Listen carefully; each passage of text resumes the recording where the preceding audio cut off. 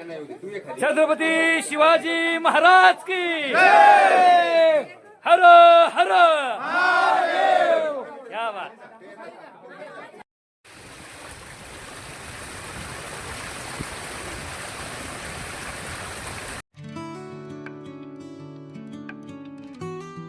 Good morning मंडळी, कसे आहात तुम्ही? फिरताय ना? फिरायलाच पाहिजे.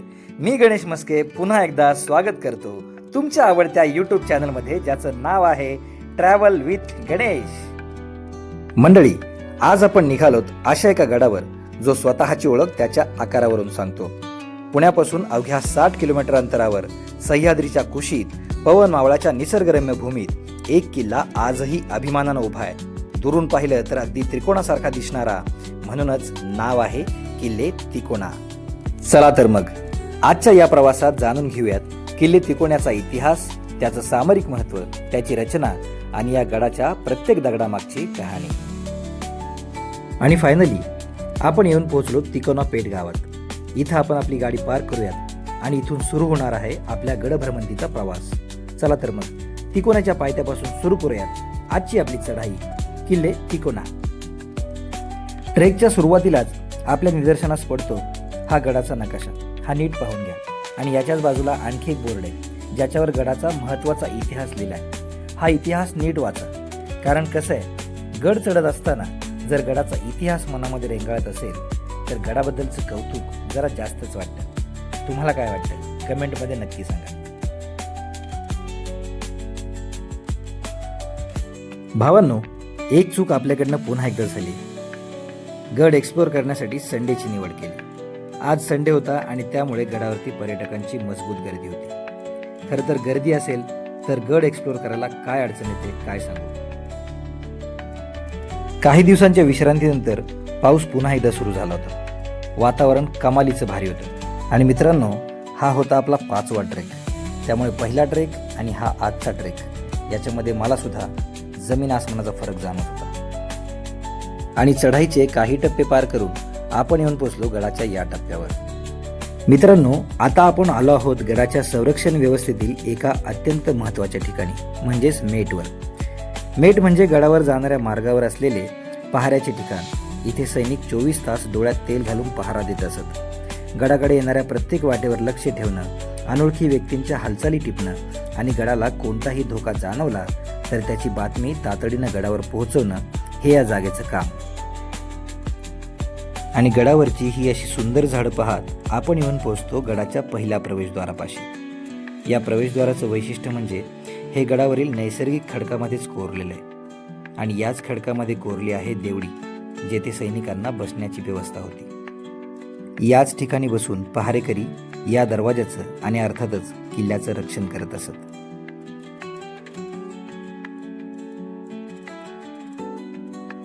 कधी काळी याच वाटेनं खुद्द छत्रपती देखील या गडावर आले असतील आणि त्यांच्या पायांचा स्पर्श या उंबऱ्याला झाला असेल. म्हणून या उंबऱ्याशी नतमस्तक झालो आणि गडावरती प्रवेश केला.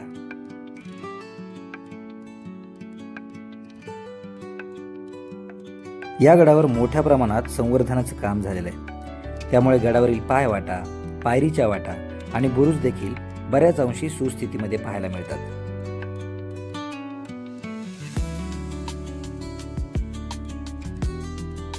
या पायऱ्यांच्या वाटेने आपण वरती आलो की आपण येऊन पोहोचतो गडाच्या दुसऱ्या दरवाजापाशी, अर्थात वेताळ दरवाजापाशी. या दरवाजाच्या बाजूलाच वेताळ देवाचे प्राचीन स्थान आहे. म्हणूनच या दरवाजाला वेताळ दरवाजा असं नाव पडलं. सध्या स्थितीला या दरवाजाचे फक्त 2 बुरुज शिल्लक आहेत. वेताळ दरवाजाच्या इथे आल्यानंतर आपल्या दृष्टिक्षेपास पडतो तो गडाचा हा बाले किल्ला. आणि याच ठिकाणाहून आपण जेव्हा खाली पाहतो तेव्हा दिसतं सह्याद्रीचं हे देखणं रूप. यानंतर काही पायऱ्या आणि पायवाट चालून पुढे आल्यानंतर आपण येऊन पोहोचतो गडाच्या संरक्षण देवतेपाशी, अर्थातच चपेटदान मारुती मंदिराजवळ. या मारुतीला चपेटदान हे नाव त्याच्या मुद्रेवरून पडलं असावं हे कळायला फारसा वेळ लागत नाही.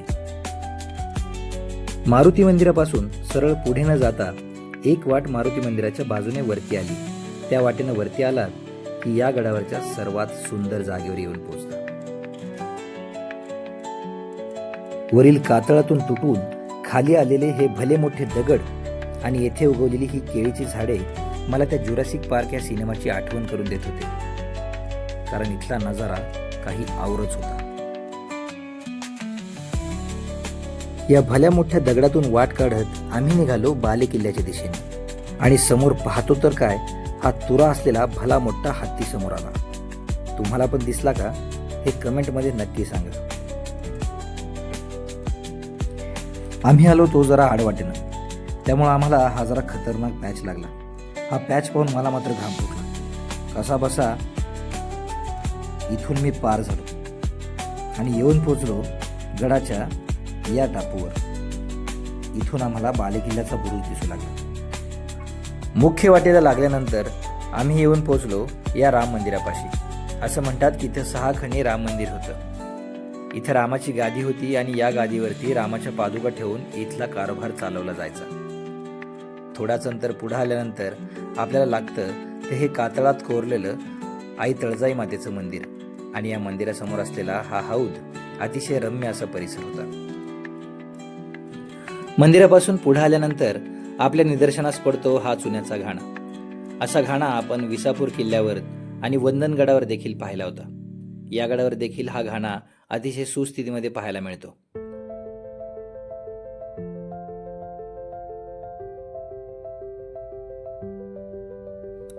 चुना बनवण्यासाठी जे पदार्थ लागतात ते दळण्यासाठी हे चाक कामी येतं, पण हे चाक या ठिकाणी सिमेंट टाकून पूर्णपणे बंद केलंय. याचं कारण इथं जे कोणी पाहायला येतात ते या चाकासोबत खेळत असत, त्यामुळं हे चाक आता सिमेंट टाकून पूर्णपणे एकाच जागेवरती बंद केले. चुन्याचा घाणा पाहिला आणि आपण निघालो बाले किल्ल्याच्या दिशेने. चढाईचा हा पहिलाच टप्पा आता आपण पार करूयात.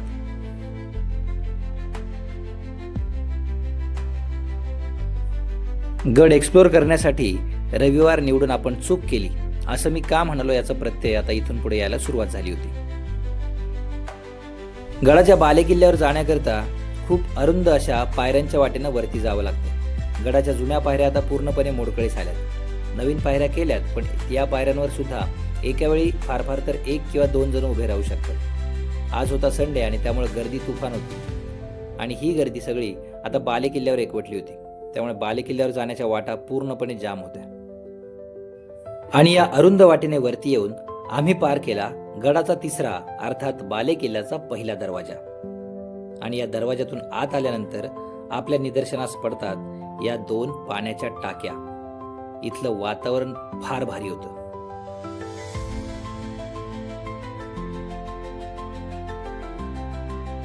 या दरवाजातून आपण आत आलो खरे, पण आता इथून पुढची 15 ते 20 मिनिटं आपल्याला वाट पाहावी लागणार होती वरती जाण्याकरता, कारण वरची गर्दी आता खाली यायला सुरुवात झाली होती. गावातील काही स्वयंसेवक हे ह्युमन ट्रॅफिक कंट्रोल करत होते म्हणून बरं, नाहीतर ना वरचे पर्यटक खाली आले असते ना खालचे पर्यटक वरती जाऊ शकले असते. एकच गोंधळ उडाला असता. त्यामुळं या स्वयंसेवकांचे मनापासून आभार. चला सिंगल लाईन करा, सिंगल.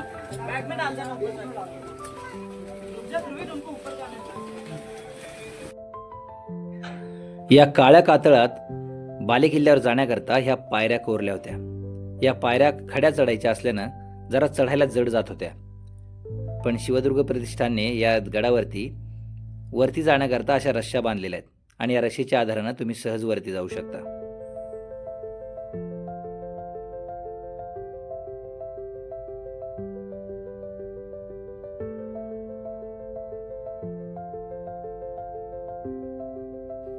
या पायऱ्या चढून वरती आल्यानंतर आपण येऊन पोचतो गडाच्या 4थ्या अर्थात बाले किल्ल्याच्या 2ऱ्या दरवाजापाशी.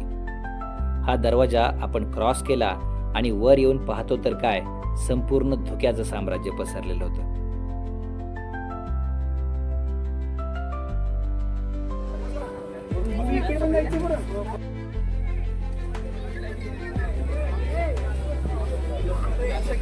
आणि बाले किल्ल्यावरचं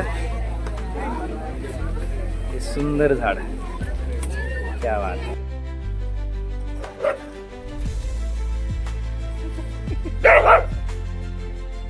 ते भांडण आलेली आहेत. आपण संपूर्ण गड चढून वरती आलोय, पण बाले किल्ल्यावर मात्र वातावरण पूर्ण बदललेलं आहे. गडावरती पूर्ण धुक्याचं साम्राज्य आहे. इतकं धुकं आहे की समोरचं काहीच दिसत नाहीये. ढगांमध्ये आल्यासारखं आहे. ढगात आहे आता, लिटरली ढगांमध्ये आलोय.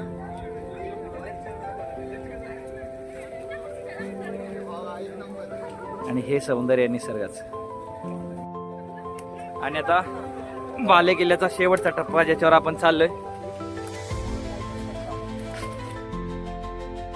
बाले किल्ल्याच्या सर्वोच्च टोकावर आल्यानंतर आपल्याला पाहायला मिळतं हे वितंडेश्वर महादेवाचं मंदिर. आणि या मंदिरासमोरील हे पाण्याचं टाकं. हे टाकं अंडरग्राऊंड आहे. हे पाहण्यासारखं आहे.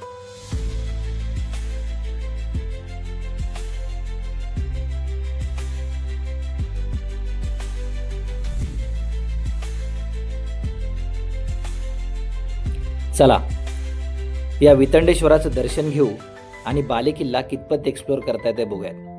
कारण बाले किल्ल्यावर आज धुक्याचं साम्राज्य आहे.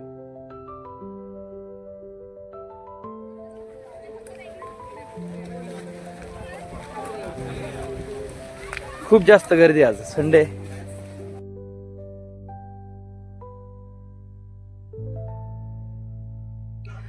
बाले किल्ल्यावर येऊन आता बराच वेळ झाला होता, पण पायथ्याचं दर्शन मात्र क्वचितच घडत होतं.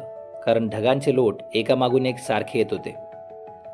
खरं तर ह्या धुक्यामुळं आपल्याला बाले किल्ला एक्सप्लोअर करता नाही आला, पण सह्याद्रीचं हे सुंदर रूपडं पाहायला मिळालं. यात मन प्रसन्न होऊन गेलं.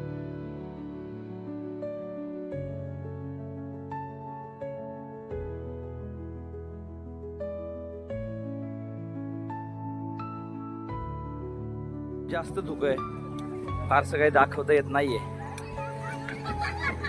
आपण परत येणार 100% आणि आणखी एक चांगला ब्लॉग करणार इथंच याच किल्ल्यावर. कारण खूप गर्दी आहे, धुकं खूप जास्त आहे, क्लिअर काहीच दिसत नाहीये. सो पुन्हा येणं भाग आहे आपल्याला. चला आता वेळ झाली आहे किल्ल्याबद्दल थोडक्यात परंतु महत्त्वाचं जाणून घेण्याची.